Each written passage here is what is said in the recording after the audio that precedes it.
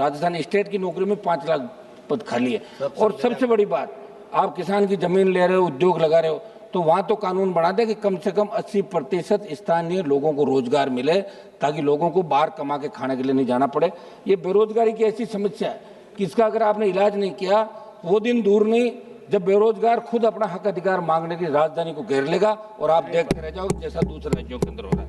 तो नौजवान का विशेष रूप से आप ध्यान रखें, क्योंकि नौजवानों ने तीसरी बार आपको सत्ता सौंपी है। नहीं तो आप विपक्ष पर आरोप लगाते लगाते कहीं खुद विपक्ष में नहीं बैठ जाओ। उर्वरकों की कमी से जूझता किसान। सबज महोदय, अक्टूबर माह के एक समाचार में पढ़ रहा था, रबी सीजन के लिए भारत सरकार ने फॉस्फोरस और सल्फर उर्वरकों पर सब्सिडी बढ़ा दी और किसानों को मूल्यवर्धित राहत देने के लिए 37,952 करोड़ रुपए आवंटित किए। मगर मैं बताना चाहता हूँ कि चाहे रबी खरीफ किसानों को डीएपी और यूरिया समय पर मिलता ही नहीं, मांग के क्रम में आपूर्ति नहीं आती। मेरे राजस्थान में सरकार ने खाद की खरीद के लिए लाइन पे खड़े किसानों पर लाठीचार्ज किए। हमारे वहाँ के कृषि मंत्री जी जरूर अखबारों में छपने के लिए दौरे करने की बात कर रहे हैं, लेकिन दुर्भाग्य से किसान को यूरिया और डीएपी के लिए भी लाठियां खानी पड़ रही है। समझ महोदय, मेरे राजस्थान के अंदर सरकार से मैं मांग करूंगा, करौली सवाई माधोपुर जिले की सीमा पर प्रस्तावित डूंगरी बांध निर्माण के विरोध में आंदोलन चल रहा है। 4-5 बड़ी महापंचायतों में हजारों की तादाद के अंदर लोग वहां इकट्ठा हुआ, बिगड़ सकता है। ग्रामीणों के अनुसार इस बांध से उनकी उपजाऊ कृषि भूमि, प्राकृतिक जल स्रोत और सांस्कृतिक धरोहर नष्ट हो जाएगी।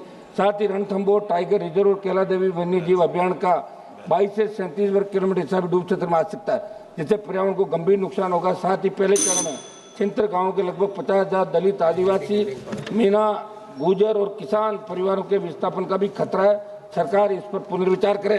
सभापति महोदय, मैं एक मिनट सभापति महोदय, समाप्त। हम वो लोग हैं जो कोरम को पूरा रखते हैं लास्ट तक।